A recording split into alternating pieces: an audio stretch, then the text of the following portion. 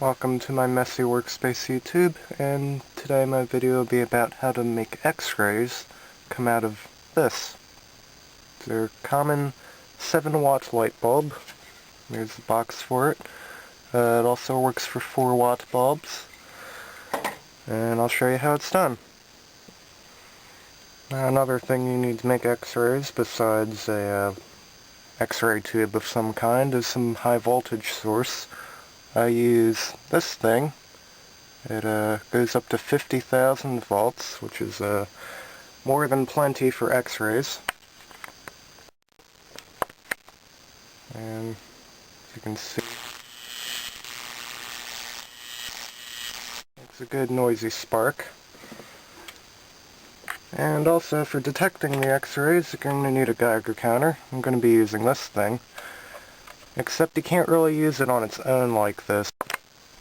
What I do is I keep it in this little metal box here. I found out I don't actually need to have the lid on, but the metal box helps protect the gamma scout from any powerful electric fields that this thing might make, which would otherwise ionize the gas inside of the Geiger tube and cause it to overflow, which wouldn't be good, and it would be bad. First thing's a demonstration of what happens when you use the high voltage thing on an ordinary light bulb. It does that.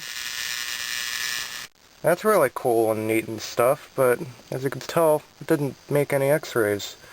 What we really need is one of these, and I have a modified version here. I just hot glued some aluminum foil on top and a needle on the bottom where I could attach a wire if I need to. If you don't put foil on the top, then you run a good chance of melting a hole through the actual glass. It doesn't explode or anything to my experience, but you go through light bulbs real quick. And if I didn't mention earlier, you can get like 4 of these for $2 at like a pharmacy store or any place. If you go to a lighting specialty store, you can get a lot more. But you have to see what happens. I rig this up. Another thing, I'm using an iron rod here. I found one day going for a walk. I use it as, I don't know what the real term is, but I'm calling it a partial ground. Because if you use an earth ground, which is grounding it as much as you can, it will arc over. I'll show you that later. Well, first without any ground on it. So you can see what happens. Ow! Shit! I just shocked myself. Okay, well, I shocked myself through a little metal thick steel shield thing here.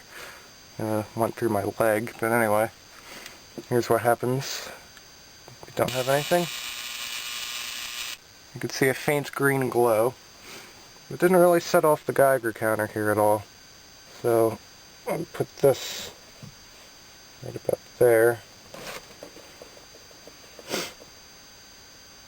It's not quite perfect, but it doesn't need to be. And here we go.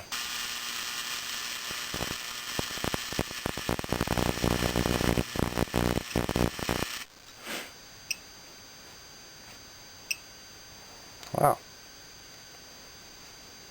So you can see it actually works. Okay, just now removed the gamma shield, so now the alpha window is open, but it's still going through the steel, which actually filters out quite a few X-rays.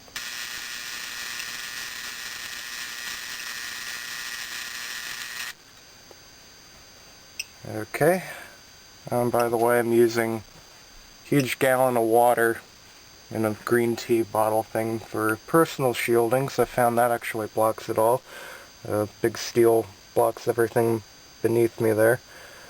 And it gets slightly warm, not too bad. So as you can see, it does work quite well. Now I tried this outside, and when you do it outside, you don't have to have the metal box around it, and this sets this off way muchly. Wow, I can't talk. Now let's see what happens if I ground it even more. Put it at an angle here, and I'm grounding it to those weights over there. Now see what I mean about arc over. And here we go.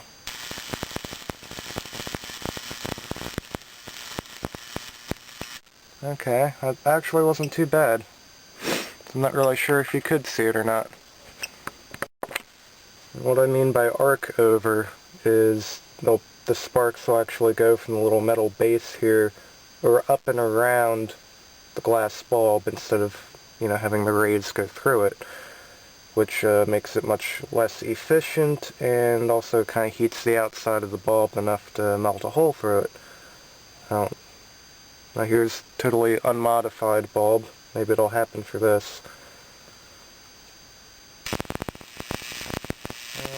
No, okay, that didn't work, but not all bulbs are the same.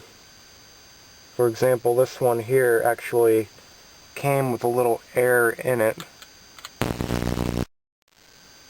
You could see it lit up much brighter and more conductive.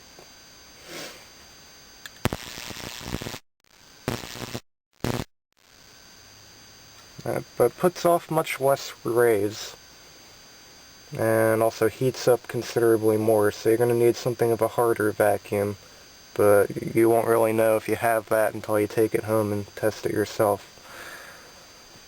So that's how to make X-rays. So in summary, once again, all you need: high voltage source. This is what I use, goes up to 50,000 volts. The higher the voltage, the better for more penetrating X-rays. If it's too low, then they'll be soft. And then you need a light bulb, 7 watt to 4 watt, normally about this shape, but not always. Some specialty bulbs come fancier, but I find this the easiest to work with. And then you need something to ground it with, so the electrons have a place to go to other than open air. So, that's it. Have a lovely day. And try not to give yourself cancer like I just might do.